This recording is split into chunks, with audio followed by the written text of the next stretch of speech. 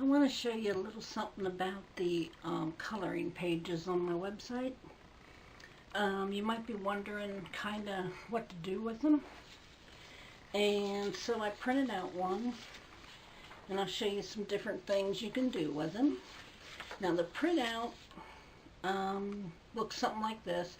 Now that's when you blow it up to like a full page, a full like printer paper page. Now I did do some on watercolor paper where I shrunk it to fit both sides and I reversed image. So that's one thing you can do as a suggestion. I also did the same thing on what's considered drawing paper. Now I will say the drawing paper feels exactly like the printer paper to me, but it's supposed to be made just for sketching. That's questionable, but for the example I want to set, I think it'll work just fine. And you can always take your papers and cut them down. The watercolor paper, I don't know if you can see how thick it is. It's pretty thick. And for my surface, I actually have a watercolor painting on the other side I'm working on, but that's not really intended for what I'm talking about, so you might see it in a future thing. Now, first of all, I want to show you the process of how I get the proportions correct, or fairly correct. They're not perfect, of course, but you may want to do this if you want to do some like freehand drawing of this animal, which is my grand cat. His name's Llama. I call him Chunks. So does everybody else, because he's a little on chunky side. But for this kind of drawing, I make a grid. Now, this is about 1 inch wide.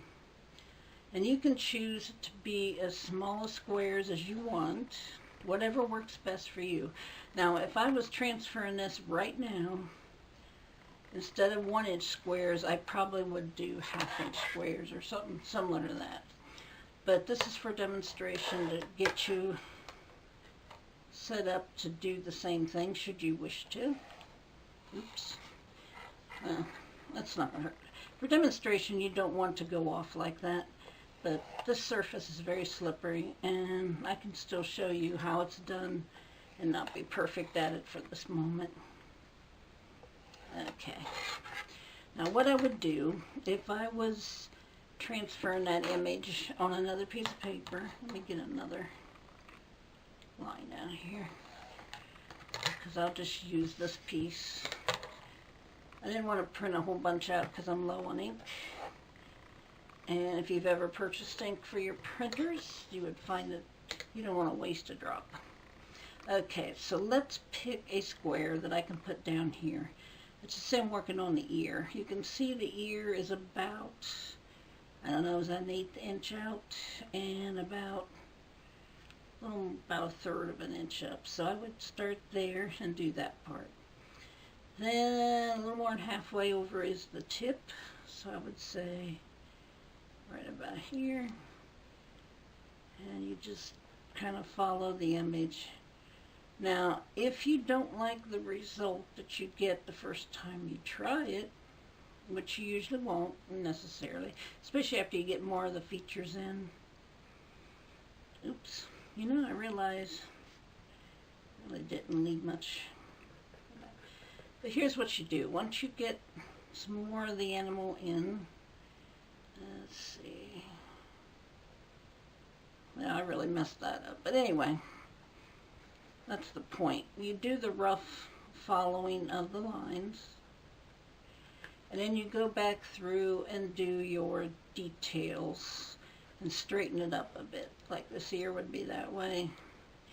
Now the reason this is dots and not pencil drawing is because I did the same procedure, only I did it on a program where I had to dot the mouse thing to make little points to do my shading and everything.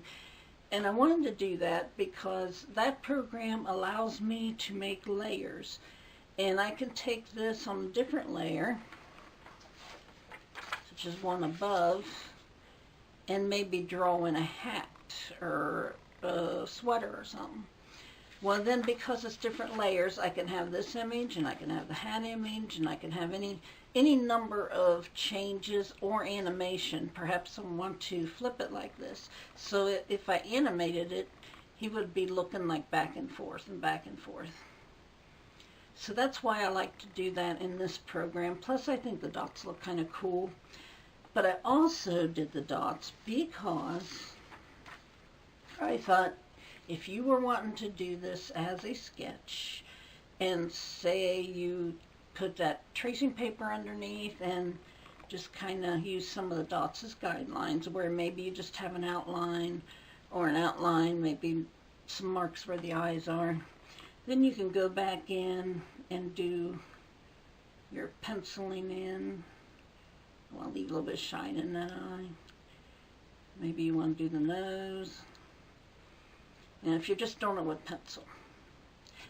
And of course, once you do that, if you're using the dots as just a guide, the dots will disappear. It'll be a sketch, basically. Although, I do recommend you don't do every dot because it'll be very hard to cover it with a sketch. So you just want to use it as a shape guide, and to help you with the shading and values. I tried to put the values in by putting extra dots in, and you don't have to be too finicky to give the cat some character. Get some shading here.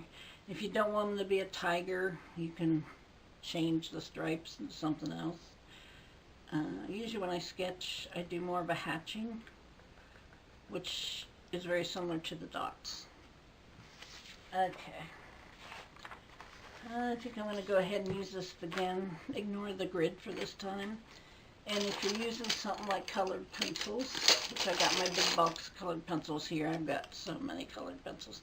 Most of these are cheap, so I've doubled up and tripled up. I have more than one color of everything. Let's just say I want him to be an orange tabby.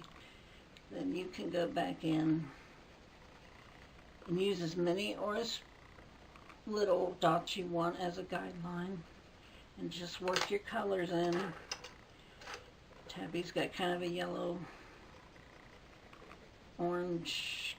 Now I'm being a little abstract here. Perfection is not my goal for here. Just simple example.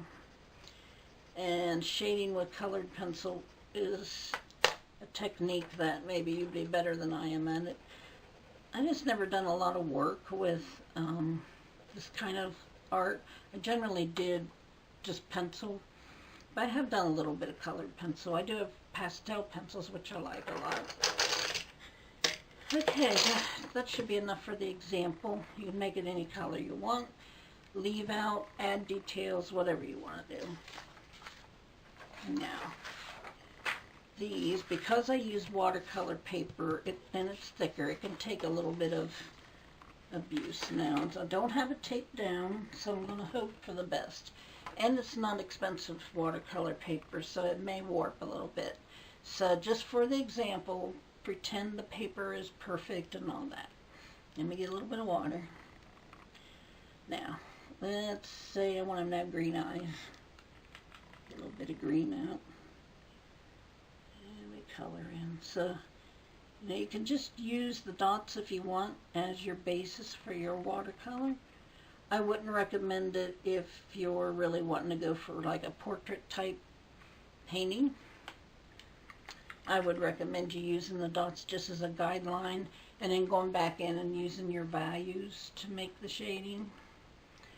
But it's up to you how you want to do it. Let's give them a little bit of brown. The dots will help with the values, which is the depth of shadow and the depth of color. Because it's watercolor, you could go in and do a lot of different techniques. Now, while that's wet, I'm going to go in the darker color. Give them a tortoiseshell effect. The water is buckling the paper a little bit. If you had really good paper, you could do this and it won't warp. This ain't doing too bad though. I really like this for when I'm practicing these kind of effects on paper, because then I don't feel so bad if it fails. Okay, now one thing about watercolor, the darks dry lighter and the lighters dry darker. It's crazy, isn't it? But that gives you an idea of something you can do with it. You can also come back here in the water. What color do we want him? How about we go for that orange again? And if you want to make it more of a solid color, go in. That's really bright orange. Hopefully your cat isn't bright orange. But, you know, you can be bright orange if you wish. This is your project. When you print it out and do it, it's your project. You do what you want to do with it. Now, I'm going to take some coral, and I'm going to do something similar. Just going to mute that a little bit. It's one good thing about watercolor. You can blend on the palette. I might go in with some lemon yellow. My little half pans here are so nice, because I can just take what I need. There we go. And that'll blend in on there. Give him a nice orange. And now, let's take some of that brown.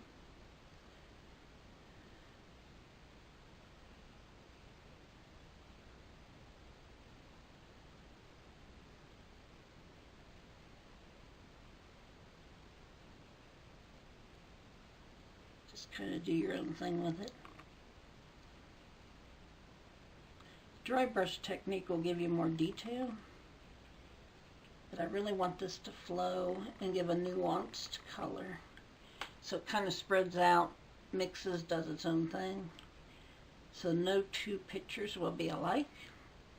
Okay, so that's what we do when we want to paint something like that. As you can see, as it dries, that looks less striking as orange. When you play with these paints a while, you kind of learn what kind of works that way.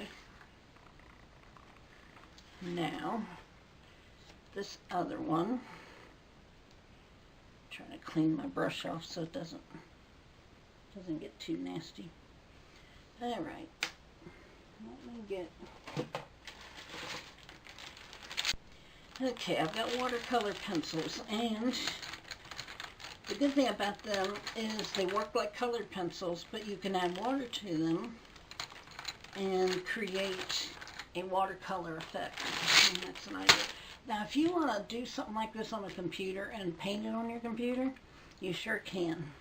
The reason I'm not showing that is I rarely ever do that, so I don't feel qualified really to teach you that.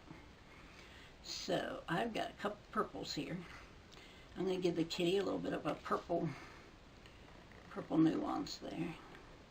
Now this roughness of this paper is what makes this work better. If you have smooth paper, watercolor pencils may or may not give you the effect you want. So I'm going to go in with this a little bit darker. And where I've shaded with the dots, I'm going to use that as a guide for where to shade with the watercolor pencil. Okay. Take the lighter one. Hopefully your pet cat is not purple, but if it is, I have an idea what to do with it. Put a little bit of shading there, and a little bit more on the edge. These aren't, I don't think, well, these are the master set. These ones shouldn't be too bad. I've got some that aren't as easy to color with, as far as laying down the color, but when you add the water to, they're better. And these lay down better, but I don't think they look as good when the water's added. So it depends on which direction you want to go with it, whether you get a good result or not. Okay, now let's get some water. You want to tap off a bit of the extra, otherwise you're going to have a big puddle. So just damp. I'm going to go in I'm going to lightly add. Just get it just wet enough. I'm going to add just a bit more. And again, I'll tap off the extra very gently. Oops, I think I got a little bit too much yet. Just wick some of that off. Okay. Now, because we have those two side by side, we can blend just by running our brush down. We're going to do the same over here.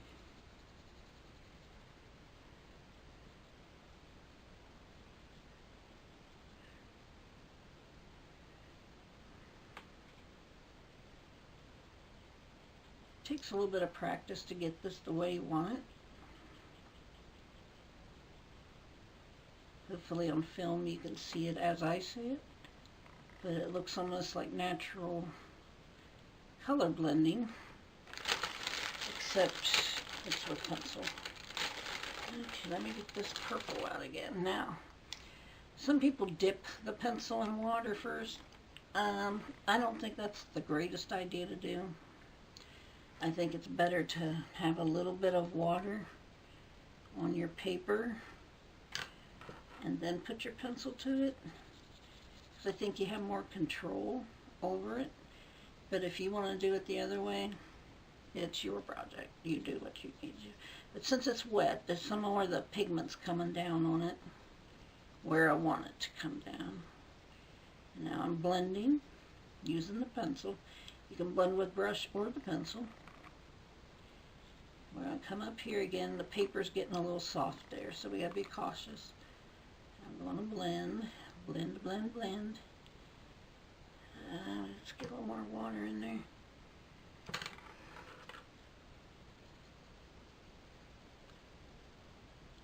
There are people who like to do all their painting with the watercolor pencil, and that's fine. I think I like a combo of the two. If I'm doing a painting, sometimes I use both. Okay. And I'm going to blend those colors on in there. And you can get an idea. There's subtle shading with the ear.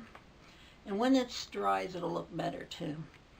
But you get the shading, the gradual work in of the colors, and a little bit of the stripes are showing. But that's how that works. Now, really want to do an eye as well. Get some of that water off of there. I'm just going to dampen it.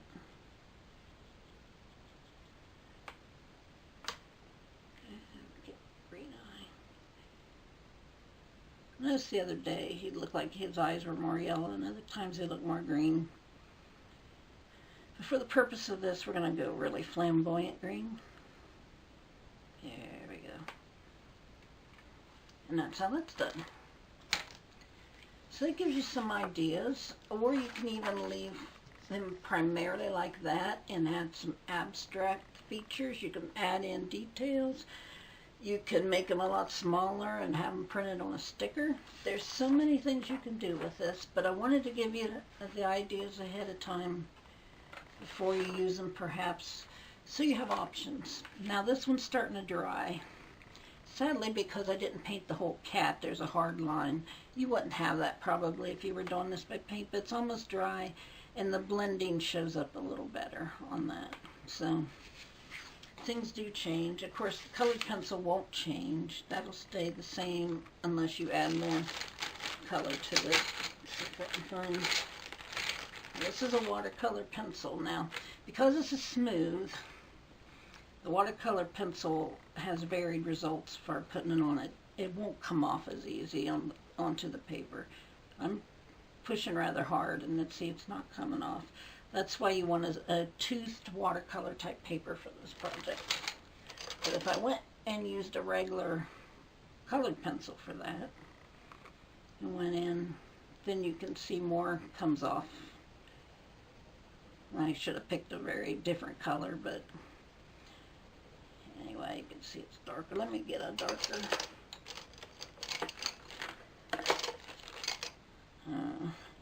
Black. Now, there are artists that tell you they never use the color black. They like to do blended blacks, and there's a whole reason for that. Blended blacks have a nuanced shade to it where flat black is flat. You do you. If you want to use just black and white, you sure can. See the difference? I wouldn't do that on this painting if I was doing it. It's just simply a dramatic way of showing you the difference. Obviously that would look kind of bizarre, but if you want a bizarre looking cat, that's fine. It may not look as bizarre if the whole cat was done like that. It'd be kind of like a tiger. And this is starting to dry more. Perhaps you can see the shading a bit more. Without the camera and looking at it from here, it looks pretty good, but hard to know how it'll show up on camera. I think that's it. I think that gives you kind of an idea of how these coloring pages work. You can try all kinds of possibilities. I want you to be creative. I want you to have fun with them. And I'm going to try to add more as time goes on. Not all of them will be dotted. I'm going to do some with sketch style and other formats. I'm just trying to get stuff out there that allows more creativity and more options. I'll talk to you in the next video.